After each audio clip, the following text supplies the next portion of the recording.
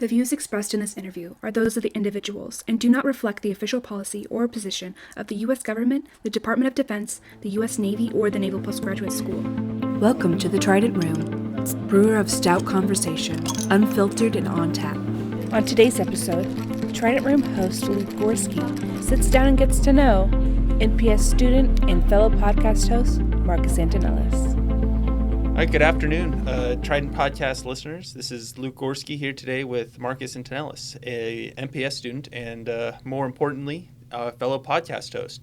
We're here today to kick off our new series called Meet the Hosts, an opportunity for our listeners to get a little bit of a better idea of who we are behind the microphones and have an opportunity to introduce ourselves a little bit to you all. So, Marcus, how are you today? Yeah, I'm doing good. I'm doing great, Luke. I really appreciate you having me on. I get to be your first of the Meet the Host series, so thank you for that honor. I think it's really important that you are actually doing this because we've done a couple of these podcasts now, and we hear these consistent voices, and the listeners are probably wondering, like, hey, who are these guys? Like, who are these folks that get to sit down with these super cool people and have these really good conversations? So I think that's really important that you're actually doing this to get, I guess, put a name to the face or name to the voice in this case. So I really appreciate it, and thanks for having me. What made you decide to want to come in and do a podcast and talk into a microphone for a couple hours a week? Yeah, so I saw I'm sure as you did, the announcement on the muster page that the podcast was looking for new hosts, and at this point I was still sort of new to the area. COVID restrictions were in full effect, and not a lot of things were able to happen. But I saw this podcast sort of as a creative outlet where I could interact with people on a little bit deeper of a level than just having a Zoom call with someone or meeting on Teams or emailing or whatever. I saw it as this deeper connection to do the first couple distance interviews. But I really just enjoy it because it's a very creative outlet, and selfishly, I love hearing stories of all the people here on campus. Yeah, so we'll just kick right into it. I see you're wearing your Holy Cross shirt today, so we'll start out there. Assume that's where you went to college? Yeah, perfect. Way to read the room. Yeah, for sure. I graduated from College of the Holy Cross, where I did ROTC there. Got my undergrad in math there. Was a good time. Really loved the ROTC program there. It's one of the older ones in the country, actually. And just really good group of folks there when I was there. And it was really a lot of valuable lessons I got to learn there. All right, so Marcus, you're a SWO. What exactly does that mean? So SWO, for those maybe not in the Navy community, Surface Warfare Officer. Yeah, so really good question. And I guess having been in that community now for a while, I'm just sort of ingrained with it. But I mean, they're when you think Navy, you think of ships, and service warfare officers spend their time on ships. I mean, I obviously am here now at NPS. That's my shore duty. But what does a surface warfare officer do? Okay, so you go to a ship as a surface warfare officer. You're either a division officer, you're a department head, you're the CO, or you're the XO. Most people can probably figure out what the CO and XO does. But so when you're a department head and division officer, you're in charge of either a couple work centers or, as a department head, a couple divisions. And your job is to lead those sailors assigned to those departments or divisions or work centers. But you're also responsible for the equipment that those sailors maintain. So it isn't just a personnel, it's also an equipment side of the house. And that's a lot of what a surface warfare officer does, which is coordinating, documenting, and ensuring logistics for the correction of material issues. We spend a lot of our time ensuring things are getting fixed, things are fixed, and things are staying operable, all while leading anywhere from 7 to 27 sailors. All the while standing your watch as a bridge watchstander, so driving a 500-foot-long, 9,000-ton destroyer, running flight ops checklists, making sure helicopters can land, coordinating all these different facets of shipboard operations. The phrase was always, at least when I was first becoming a SWO, was a jack of all trades, master of none, because you do need to know how to do all these different things. I disagree, though, with the master of none part, because as SWOs, we are professional ship drivers. Our job entails us to take these giant gray things and move them through the water in a safe and effective manner. That is our professional calling. So I disagree with the masters of none, because we are professional mariners. And I think especially now with some of the incidents that happened back in 2017 with some of the collisions, the surface Navy did some soul searching, and we are now focused more than ever on being master mariners, which I love, because there is nothing more satisfying than taking a ship in and out of port, out to sea, driving the heck out of it, 100,000 horsepower, ripping through the ocean. It's awesome. So that is what we are masters of. We are not masters of nothing. We are master ship drivers, and then pretty good at everything else. Some of us are. So that's what a SWO is in a succinct little package for y'all. Going from Holy Cross, me and a couple of my other friends also selected SWO, so we all took a big old road trip. We all got stationed in San Diego. I was attached to an LCS crew for my first tour. But what I really, really liked about the LCS program was the level and quality of training they put into us before we actually set foot on a ship. I was the auxiliaries officer, so I got to work down in the engineering plant.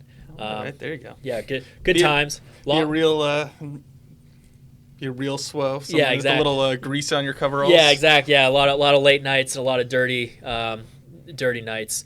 But really enjoyed the technical acumen I was able to develop. I was fortunate enough. My first chief engineer he had been in the Navy for, I believe, 25 years. By the time I crossed paths with him. Were you even 25 years old? I was not, and he made me very aware of that. He was always reminding me that, hey, when I joined the Navy, you did not exist yet, and he reminded me of that frequently. And you know what? I appreciated that, because at the end of the day, he taught me a metric ton of information, and it was great to have him as a mentor, and I still keep in touch with him to this day. So just awesome guy. Okay, so you're going through your first LCS tour in the auxiliaries training room. You're going through living in San Diego, which doesn't sound too bad. No, it wasn't. It was a good place to be, especially with the amount of fellow Holy Cross officers that commissioned with me that were also stationed there. So we had a good little gang of crusaders running around San Diego. And then did you guys deploy at all out of that when you were there with the LCS? So do any cruises? I never deployed with the USS Freedom. By the time I had got there, it had already come back from its operations over in the Far East, and I fortunately had the opportunity. My captain at the time had a really good relationship with one of the XOs of a destroyer out of Norfolk. And when the Freedom was actually in the dry dock, I was able to go cross-deck to the USS Laboon out of Norfolk and go on a Fifth Fleet deployment with them. So I was very fortunate. While the ship was in the yards, I wasn't atrophying my skills. I was able to actually go over the horizon, over to Fifth Fleet, Arabian Gulf, see what the Iranians were doing, see how a ship operates in theater, and that was just tremendously beneficial. Instead of just sitting in San Diego on my hands learning nothing. There's a tremendous amount you can learn from a ship in dry dock, but SWOs are supposed to be at sea, not in dry dock, and I needed to learn, and that was the place to learn. So how long after you showed up to the LCS did you go and head out onto the Laboon? So I was a relatively, I want to say it was about a year and a half in. So I was a relative, I say senior ensign with a little bit of jokingness, but I was a relatively senior. I think we got back, and then a couple days later, we all put on JG. There was me and two other officers that got to go from the LCS to the DDG. So you're able to show up at the Laboon with a little bit of an idea of what at least LCS operations should look like, Were there any interesting differences you saw on your time on a DDG versus your time on the LCS, and perhaps ways that the LCS can kind of find its way in the larger Navy? Yeah, so what I found immediately was how, again, I'm just going to compare myself to the other JOs that were similar spot as me, all trying to get qualified. What I noticed was, especially you look at the bridge of a destroyer versus a bridge of an LCS. And in an LCS, there's only two people, at least in the I'm speaking of the Freedom class here. You have two bridge watchstanders. You have the OD and you have the JOD. That's it. There's only two folks up there. The RCO is also there, but that's the readiness control officer, who's the engineering watchstander. Okay. And they're not helping with the bridge operations. They're helping, and they're oftentimes very, very adept and attuned to what's going on the bridge. But they have a different focus. Right. Their focus is the engineering plant. They have a three-headed display of everything going on in engineering. Very, very cool. But again, on a destroyer, you have the OD, you have the junior officer of the deck, you have the conning officer, you have the helm, you have a lee helm sometimes, you have a quartermaster of the watch, you have your lookouts. You might even have a junior officer of the watch, a fourth officer watchstander. So you very quickly, I wasn't counting, but I was getting close to 10 fingers there. So significantly more individuals, people up there, and the work breakdown, it's much more segmented, right? This person is doing this one thing, right? The quartermaster is doing quartermaster things. The bosun mate of the watch is doing bosun mate of the watch things. The con is just conning. That's it. The OD is sort of has his hand on everything, and then the JOD is sort of just helping the OD, but the work is much more segmented. When you have just an OD and just a JOD up there, you have a lot of crossplay, because ideally each one of them knows what the other one is supposed to be doing. And if the OD is doing one thing, because the OD, they're also conning the ship. They have their hands on the levers that are actually moving the thrusters and spooling up the engines. They're actually physically controlling the ship. They are not relaying commands to anyone anymore. That middleman has been removed. It's the OD, and they have their hands on the throttle, literally. And that is their most important duty. And then the JOD, they have the 1MC, they have the ship, they have the whistle, they are doing all that other stuff that normally you have a bosun mate of the watch, you have a quartermaster of the watch, you have a junior officer of the watch maybe. They are doing all of that. Meanwhile, they have VMS, they have radar, they're looking out, they're sweeping, they're going to the bridge wings, because there's no lookouts. So you have one officer that's roving back and forth from the bridge wings, looking at all the screens, and somehow also listening to all the internal and external nets. It is a lot to put on just two people. And what I found when I went to the destroyer, me and the two other officers I went with, we had, I don't want to say a distinct advantage, because the officers I stood watch with that were attached to the laboon were very, very smart and very capable. But we had a mindset that we can do everything, and we can ensure let me backpedal a little bit. Because we have been trained in doing everything, I found that I would be standing watch, and someone would be like, I found myself not ordering people to take actions. I found myself just doing it, and that was both good and bad, right? Right. Because there's always a double edged sort of just doing things yourself. Because oftentimes, especially on a bridge where there's the clear cut food chain of who's supposed to do what, it can get very confusing very quickly if all of a sudden they see, oh, why is Ensign Antonellis over there on the 1MC? Like, why is he making 1MC calls? Why is he doing whatever? And I definitely think we rattled a few cages doing that, but I think we exposed their wardroom to, hey, the LCS program sort of conditions you to be able to pay attention to all these different things and know how to act on all those different things. And I think that was my biggest takeaway from my first tour, and is what I'm most thankful for the LCS program, was, hey, you are on a ship that's 398 feet long, so it's not a whole lot less. I mean, you park one of them next to a destroyer, and people realize, hey, these aren't that small of ships. But there's only 53 people. Well, when I was there were only 53 people attached to the core crew. and they have to do Versus how many on a destroyer? I mean, about 300 ideally, that they deploy with about 300 ideally. So, I mean, 1/6 for a ship that is greater than 1/6 of a it's math brain. It's a tremendous task, but the skill set it impressed on me was super invaluable. Because then, getting now into the second tour, when I went to a destroyer, when I was the DCA on the John Paul Jones. So another hardship tour in Hawaii, right? Right, yeah, I know. Well, San Diego to Hawaii, yeah, really roughing it out here. But when I got to the John Paul Jones, it was still the Missile Defense Agency's premier test ship. And as the test ship, its job was primarily, hey, go to the Pacific Ocean, have this super capable combat system, test all this, gather all this telemetry data, track all these things, and then go back into Pearl, which was super cool. And I did get to do a couple test missions, and they were amazing. But one flip side, the double-edged sword here, because we were a test ship, we didn't particularly get the most. We didn't get high priority when it came to manning, because we were never going to deploy.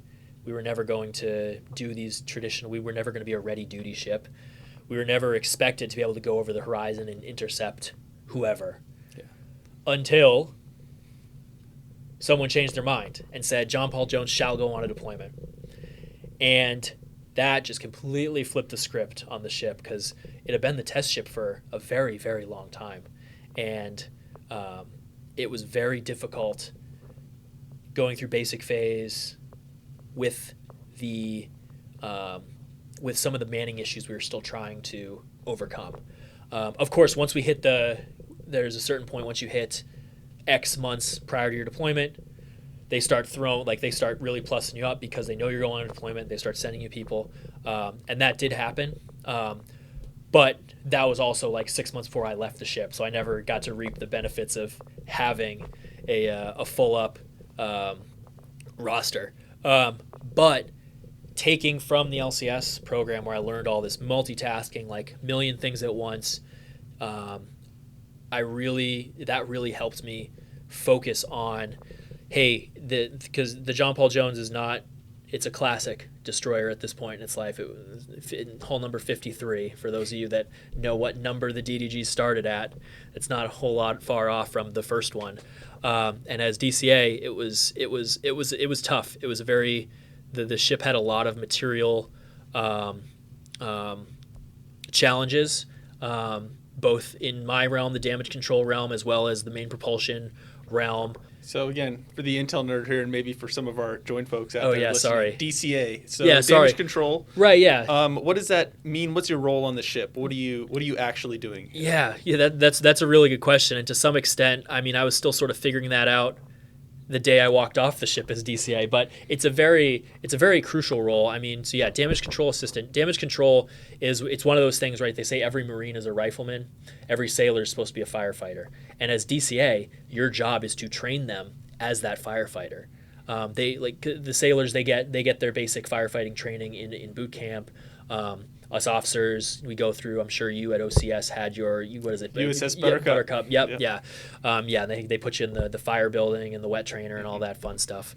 But that's only so much, right? And that's very perishable. It's because not everyone puts on an SCBA, the self-contained breathing apparatus, the oxygen tank that firefighters wear, and then the FFE is the firefighting ensemble. So your boots, your firefighter onesie, your gloves. Right, yeah, I haven't put on any of those since I was last at OCS. Yeah, so I mean, well, you Intel guys, you have a different mission set, so we can't expect y'all to do that.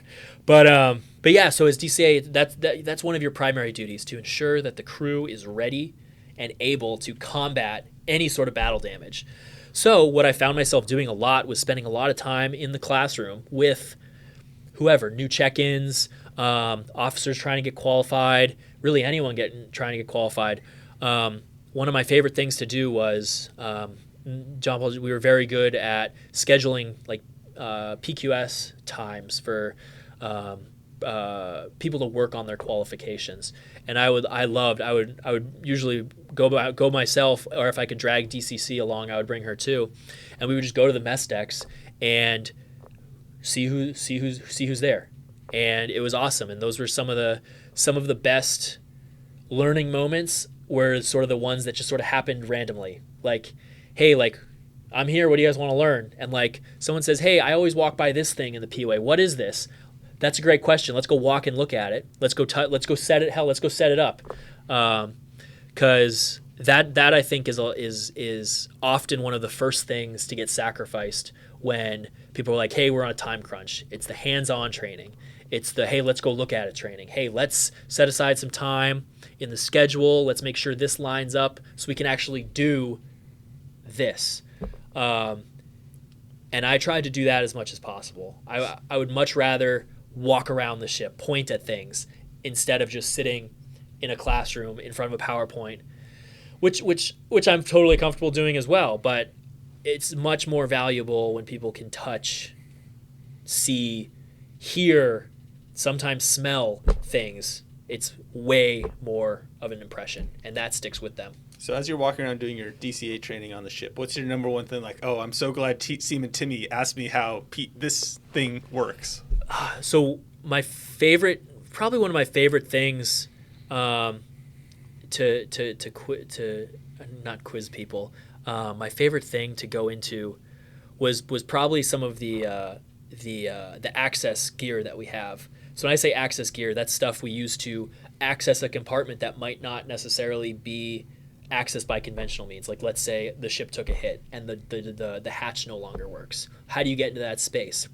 Well, we have a couple systems on board that are designed to literally cut holes in metal or pry apart a seized hatch or door or scuttle or whatever.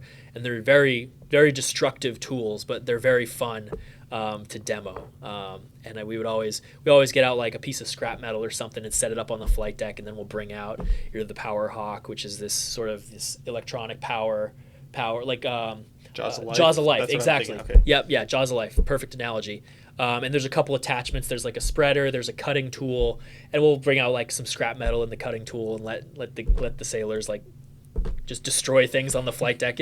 It's a good time. But at the end of the day, they learned how the system works. Yeah, they were just cutting up rebar or whatever, but they now know how that system works, and their comfort level with it has risen. And those were honestly the best moments when you see in people's eyes that it clicks. And those, especially as a leader and as a teacher. I don't want to call myself a teacher. Leader and teacher, same. Yeah, they should be. At least. We'll run with that. But that was the rewarding moment for me. That's what made it all sort of worth it, when it all sort of came together. Thanks for joining us in the Trident Room. For more information about today's guests and topics, please visit the show notes.